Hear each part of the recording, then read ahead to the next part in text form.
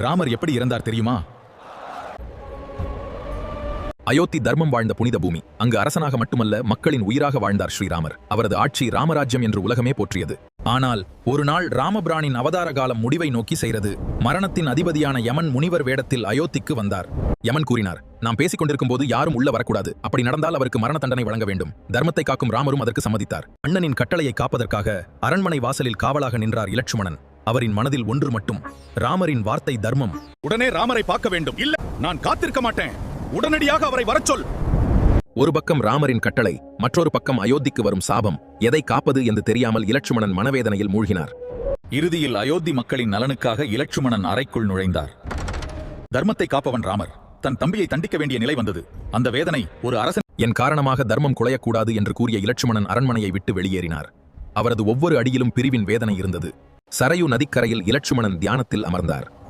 அவர் சாதாரண மனிதன் அல்ல, ஆதிசேஷனின் அவதாரம். அந்த கணத்தில் இலட்சுமணன் தனது தெய்வீக ரூபத்தை அடைந்தார்.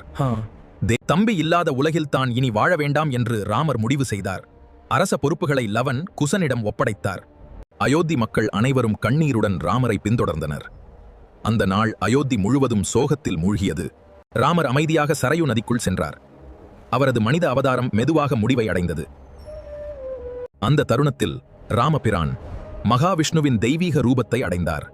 மக்கள் அனைவரும் வணங்கினர். பூமியில் தர்மத்தை நிலைநாட்டி தனது கடமையை நிறைவேற்றிய ராமபிரான் மீண்டும் வைகுண்டத்திற்கு திரும்பினார். ஆனால் அவரது தர்மமும் புகழும் இன்றும் உலகில் உயிரோடு வாழ்கிறது.